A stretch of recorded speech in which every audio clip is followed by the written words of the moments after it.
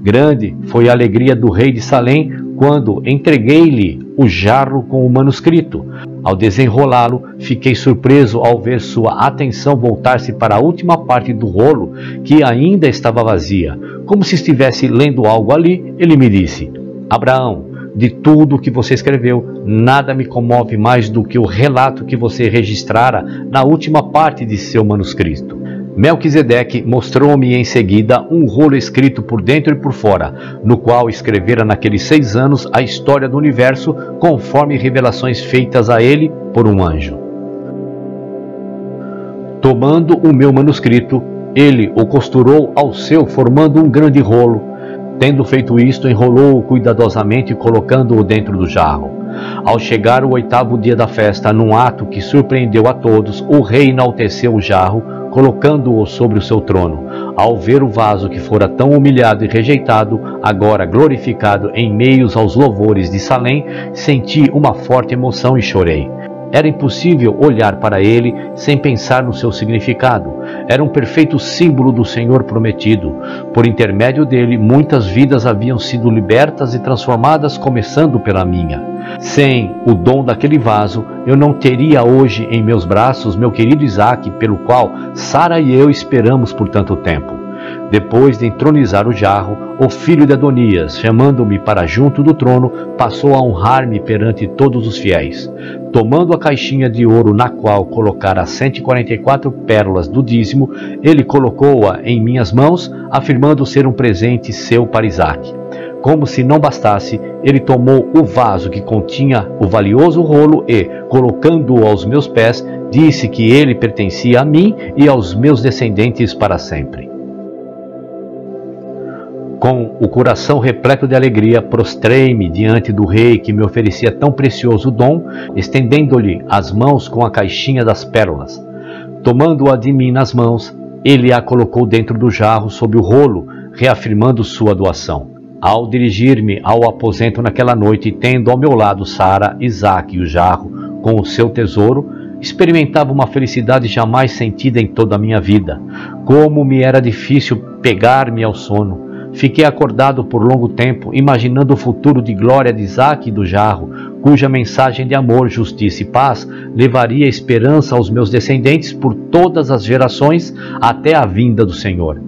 Imaginando esse futuro feliz, adormeci e tive um sonho no qual muito sofri. No sonho, o Eterno apareceu-me e disse: Abraão, toma agora o jarro, o qual tanto amas, e leva-o ao mar salgado, onde lhe mostrarei uma caverna na qual você o ocultará. Depois de dar-me esta ordem, o Eterno entregou-me uma machadinha e um manto de linho, com o qual envolvi o vaso. Comecei então uma dolorosa jornada, levando sobre os ombros aquele que simbolizava a concretização de todas as minhas esperanças. Quando cheguei à região norte do mar, fui conduzido para junto da caverna que deveria ocultar o jarro. Colocando-o sobre uma pedra, num gesto de despedida, passei a acariciá-lo enquanto contemplava os adornos e inscrições que o embelezavam. O pensamento de que não mais o teria comigo enchia-me de profunda tristeza. Meus olhos voltaram-se para a figura de Melquisedeque, que inclinava-se para recebê-lo repleto de joias. De repente, a figura do rei começou a ganhar vida e movimento e foi crescendo até que todo o jarro transformou-se num belo jovem que me olhava com amor. Pensei a princípio que fosse o rei de Salém, mas olhando para suas mãos, não encontrei as cicatrizes. Ao ver que seus olhos eram tão parecidos com os de Sara, perguntei-lhe o nome. Ele respondeu-me com um sorriso que era Isaque, meu filho. Alegrava-me na presença de Isaque quando a voz divina novamente soou-me aos ouvidos dizendo: Abraão, toma agora o teu filho a quem amas e sacrifica-o com a machadinha que eu te dei. Aterrorizado ante a ordem divina, caí aos pés de Isaque, não encontrando forças nem coragem para realizar o terrível ato. Contudo, ele consolou-me, afirmando estar disposto a cumprir a vontade divina. Depois de terrível luta íntima, tomei a decisão de sacrificar meu filho. Ao erguer-me, vi que Isaque contorcia-se em grande agonia, enquanto seu corpo tornava-se coberto de chagas que cheiravam mal. Sentia desejo de socorrê-lo, curando-lhe as chagas, mas a voz insistia em sua ordem, para que eu o sacrificasse. Tomei então a machadinha e a ergui sobre o seu pescoço. Quando meus braços moviam-se para o golpe, um forte clarão nos iluminou e senti que a machadinha não mais estava em minhas mãos. Ao erguer a fronte, me deparei com o peregrino que anunciara o nascimento de Isaque. Ele estava vestido com vestes brilhantes, de linho fino, branco e puro. Seu rosto brilhava como o sol, enquanto olhava-me com infinito amor. Abraçando-me, ele enxugou minhas lágrimas e disse: Abraão, agora sei que você verdadeiramente me ama, porque não me negou nem o jarro nem o seu filho a quem você ama. Por causa desse amor, eu transformarei você no pai da fé, e muitos povos e nações se alegrarão na luz do ouro que lhe foi dado. Tendo dito estas palavras, o peregrino, encaminhando-se para Isaque, que contorcia em dor, colocando as mãos sobre sua cabeça. Esse contato fez com que todas as impurezas que manifestavam-se em chagas purulentas no corpo de meu filho se transferissem para o seu corpo, enquanto a sua glória era transferida para Isaque. Fiquei possuído por um misto de alívio e pesar. Alívio por ver Isaque restaurado, mas aflito por contemplar o Senhor o preço por tantas culpas. Por entre gemidos de dor, ele afirmou: Eu morrerei para que Isaque e sua descendência possa ser justificada, redimida e glorificada perante Yahvé. Ao voltar-me para o meu filho que fora liberto, vi que seu lugar fora ocupado por 12 jovens que se chamavam Ruben, Simeão, Levi, Judá, Isacar, Zebulon, José, Benjamim, Dan, Naftali, Gade e Azer. Quando lhes apresentei o peregrino sofredor, eles o menosprezaram por não verem nele nenhuma beleza que os atraíssem. Finalmente, eles o conduziram como um cordeiro e o sacrificaram, lançando o seu corpo dentro daquela caverna. Sobrevieram logo depois as trevas de uma longa noite, na qual fomos atacados por um grande exército que, depois de ferir-nos, arrancou-nos de nossa terra, espalhando-nos por entre as nações. Ali, todos os que nos encontravam nos humilhavam e perseguiam, acusando-nos da morte do peregrino, e assim sofremos por toda a noite. Quando o dia estava quase raiando, sobreveio-nos o maior sofrimento, pois nossos inimigos, depois de uma pequena trégua, investiram sobre nós com a intenção de nos destruir completamente. O Eterno, contudo, bendito seja o seu nome, teve compaixão de nós e nos libertou, reconduzindo-nos para a terra prometida.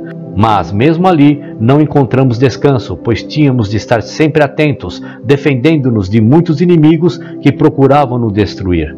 Cansados desses conflitos, nos aproximamos de nossos inimigos, propondo uma aliança de paz. Quando o acordo estava prestes a se concretizar, um desentendimento envolveu-nos num conflito ainda maior.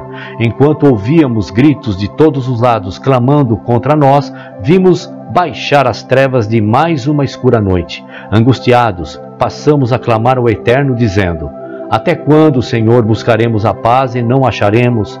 Ansiamos pelo descanso que nos prometestes, mas somente encontramos o furor de nossos inimigos. Auxilia-nos, Senhor, até quando teremos de esperar? Enquanto clamava em minha angústia, o Senhor veio ao meu encontro e disse-me: Abraão, olha para o céu e conta o número das estrelas. Ao olhar para o céu, vi que as estrelas moviam-se formando pequenos grupos de 12. Esses grupos, por sua vez, juntavam-se de 12 em 12 em formações perfeitas de 144 estrelas. Finalmente, todo o céu cobriu-se por esses agrupamentos estelares. Eram ao todo 40 grupos, somando um total de 5.760 estrelas.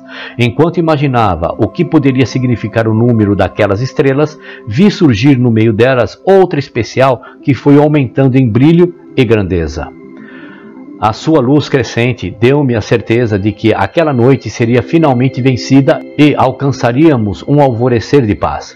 A estrela de número 5.761 continuou aumentando até que tornou-se do tamanho da lua, e nela pude ler em letras muito brilhantes a palavra Sábado, e abaixo o nome de Israel. Quando os raios que emanavam das estrelas sagradas começaram a penetrar As trevas da noite, atraindo a atenção de muitos sobre a terra, ventos fortes vindos do norte começaram a soprar, trazendo pesadas e negras nuvens em direção da estrela. Formou-se um cerco de trevas, enquanto camadas sobre camadas de nuvem foram comprimindo as estrelas que, sem forças para resistir, foi se apagando até que mergulhou em completa escuridão. Com o coração aflito, continuei olhando na direção da estrela oculta, sem perder a esperança de que ela seria liberta das garras daquelas nuvens ameaçadoras. Em diferentes partes do céu escurecido pelas nuvens, começaram a surgir pontinhos de luz que foram se agrupando de 7 em 7 até alcançarem o total de 483 estrelas. Sem temerem as ameaças das nuvens escuras, elas foram se aproximando mais e mais até formarem um anel de luz em torno da estrela opressa. O brilho dessas pequenas estrelas fez renascer a esperança de um livramento, e a estrela cativa emitiu por entre as nuvens um tênue raio de confiança. Ao estreitarem-se cada vez mais em torno da estrela escurecida, as 483 estrelas se fundiram finalmente a ela, comunicando-lhe sua luz. Nesse momento, um grande clarão tomou conta do céu e todas as nuvens foram desfeitas, perdendo o seu domínio. A junção de todas essas estrelas deu origem a uma estrela de incomensurável esplendor, semelhante ao Sol. Em forma de uma coroa que pairava sobre ela, podia-se ler Yom Kippur, é chegado o último jubileu. Assim que surgiu no céu a estrela do último jubileu, veio ao nosso encontro um pequeno beduíno, carregando sobre os ombros um pesado jarro. Sua face estava marcada por uma grande luta, mas refletia a luz da estrela que lhe dava consolo e indizível alegria. Em seu jarro estava escrito em grandes letras o seguinte: Caiu, caiu a grande Babilônia, sai dela, povo meu. Aproximando-se dos 12 filhos de Israel, o pequeno beduíno saudou-os com um sorriso e disse-lhes que viera de muito longe, trazendo-lhes uma mensagem e um presente da parte do rei de Salém. Curiosos, mas ao mesmo tempo desconfiados, eles assentaram-se e ficaram esperando enquanto o beduíno enfiava suas mãos no jarro. A primeira coisa que ele tirou dali foi um pequeno manuscrito com uma mensagem titulada O Último Jubileu, um texto sobre Melquisedeque. Os 12 olharam entre si surpresos, pois o título da carta estava relacionado com as palavras escritas na última estrela. Ansiosos por conhecerem o conteúdo do manuscrito, eles o tomaram e passaram a ler as seguintes palavras: Neste ano jubileu tornará cada um a sua possessão. Esta é uma parte do mandamento que cumprir-se-á nos últimos dias, no período da remissão, quando aqueles que estão em cativeiro serão libertos. O libertador é o Senhor, que foi prefigurado por Melquisedeque, rei de Salém. Ele era o sacerdote do Deus Altíssimo e pronunciou uma bênção sobre o nosso pai Abraão. Como sumo sacerdote, o Senhor, que é nosso eterno Melquisedeque, receberá por herança o domínio sobre todas as coisas, e Abraão tomará parte nesta herança. Não somente Abraão, como também sua descendência terá esse privilégio, quando ela se unir a Deus numa eterna aliança. Naquele tempo, o próprio Senhor será a herança e patrimônio de seu povo. No último jubileu, Deus restaurará o seu povo, e eles retornarão cada um ao seu patrimônio. A libertação referida na lei do jubileu deve ser entendida com o sentido de remissão de suas culpas, e não haverá mais punição para aqueles que forem justificados. Isto ocorrerá na última semana de uma série de 70 semanas de anos, envolvendo 9 precedentes jubileus. Ao chegar o dia do juízo do último jubileu, todos aqueles que se colocam do lado da justiça terão suas culpas anuladas, ao passo que os injustos e maus colherão as consequências de tudo o que semearem e encontrarão seu fim. Começará então o ano do favorável, que será marcado pelo favor de Deus, pois o Rei da Justiça, aquele que foi prefigurado por Melquisedeque, receberá o seu domínio. Ele assentar-se-á entre as hostes santas no céu e executará várias sentenças de julgamentos. Por meio desse julgamento, Israel será absolvido de suas culpas e retornará ao seu lugar de eminência em meio aos povos. Esse retorno ocorrerá em cumprimento da lei do jubileu. Ao mesmo tempo em que a palavra a favor indica o triunfo dos filhos de Deus, ela aponta também para a destruição dos ímpios. Serão desarraigados todos os filhos de Belial, aqueles que desafiam os estatutos de Deus e pervertem a justiça. O futuro rei da justiça, que é Melquisedeque, o Senhor, executará sobre eles a justiça de Deus, estabelecendo ao mesmo tempo os justos. Acompanhado pelos exércitos celestes, ele dará fim aos intentos dos ímpios, fazendo com que os filhos de Deus fiquem em eminência. O mensageiro prometido se manifestará no último jubileu e proclamará a sua mensagem de paz, dizendo: O Senhor enviou-me para confortar todos os que choram. O conforto que ele trará consistirá numa revelação das sucessivas eras da história do universo, desde o princípio da criação até o fim. Naquele tempo, os filhos de Belial se aliarão com o propósito de perverter toda a justiça, mas serão confundidos pelos julgamentos de Deus. O reino de Deus em Sião será estabelecido mediante a aliança que Melquisedeque, o rei da justiça, fará com todos os justos, destruindo ao mesmo tempo os filhos de Belial. O mandamento do jubileu fala também de um forte som de trombeta que repercutirá por toda a terra no dia 10 do 7º mês. Aplicando-se aos últimos dias, isto se refere a uma poderosa manifestação divina que sacudirá o mundo, preparando-o para a era messiânica.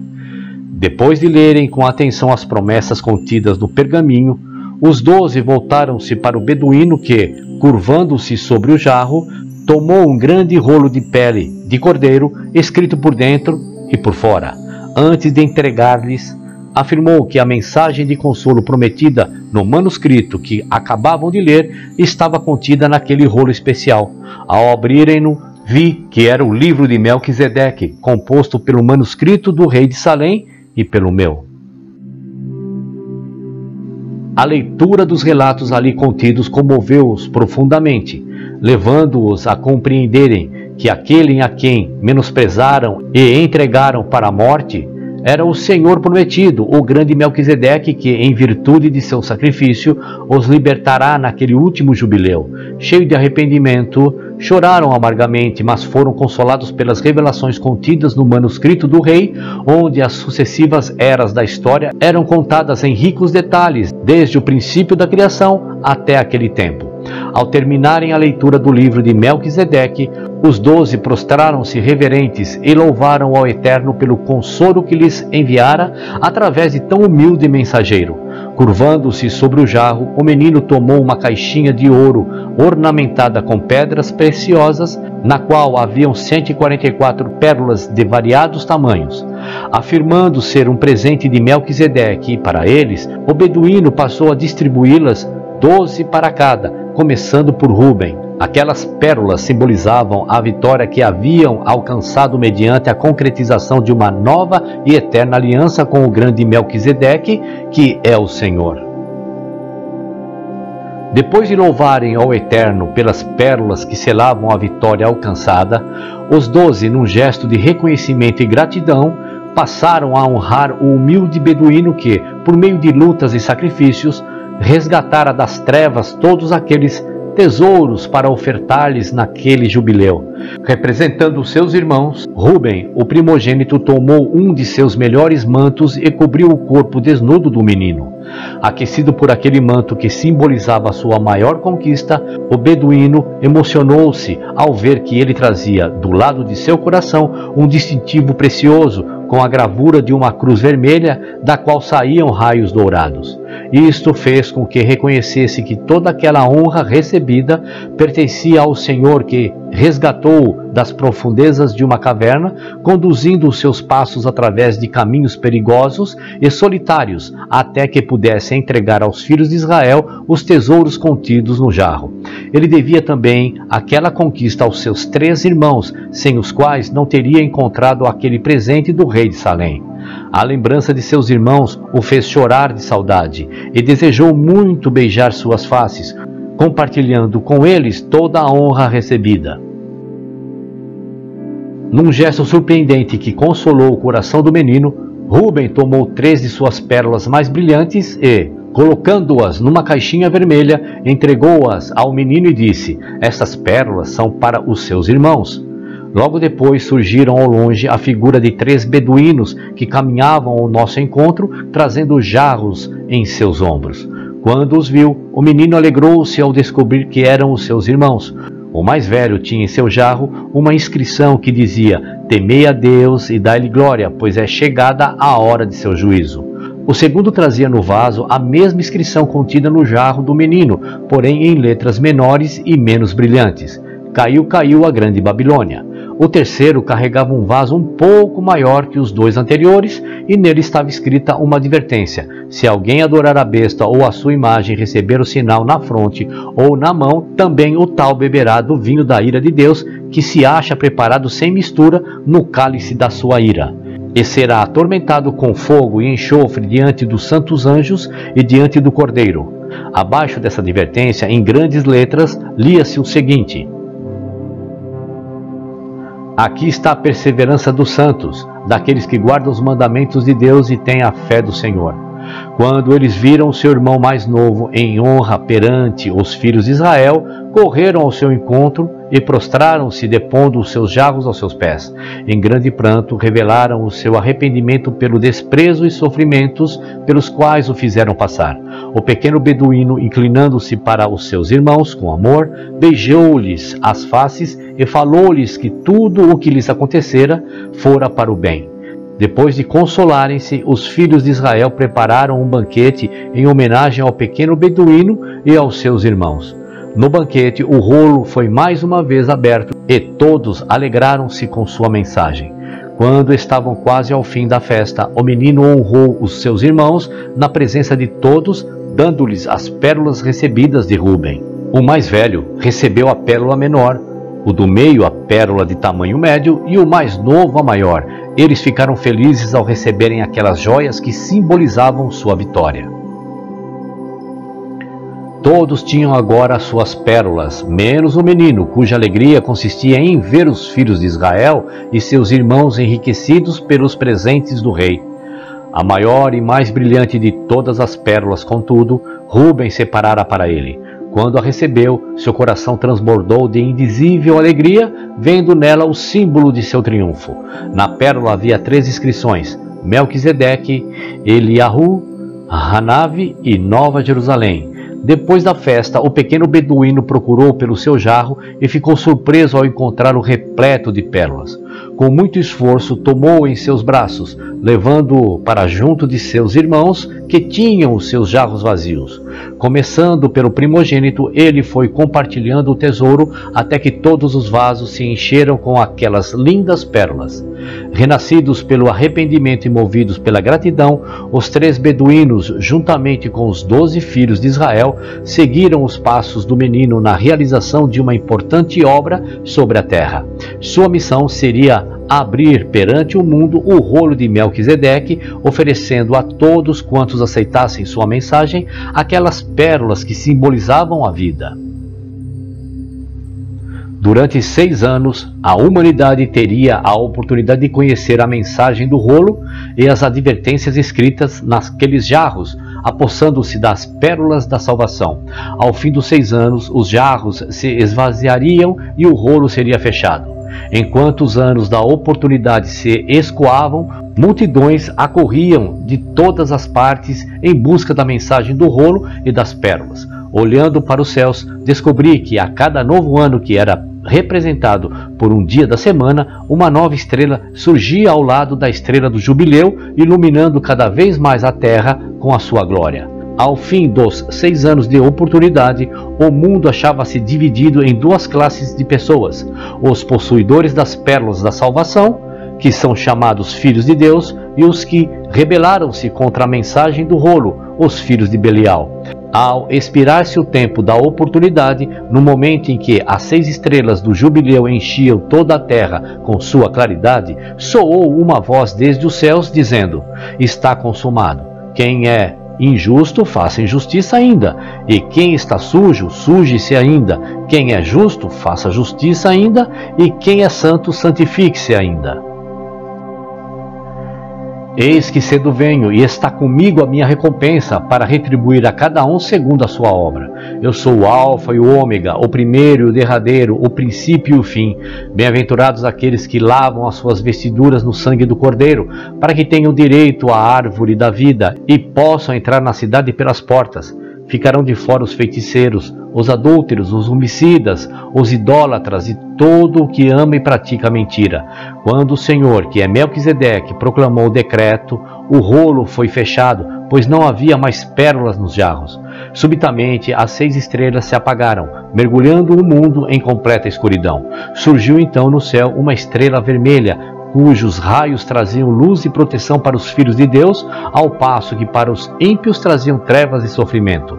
E isto fez com que eles blasfemassem contra Deus, levantando-se contra os seus redimidos.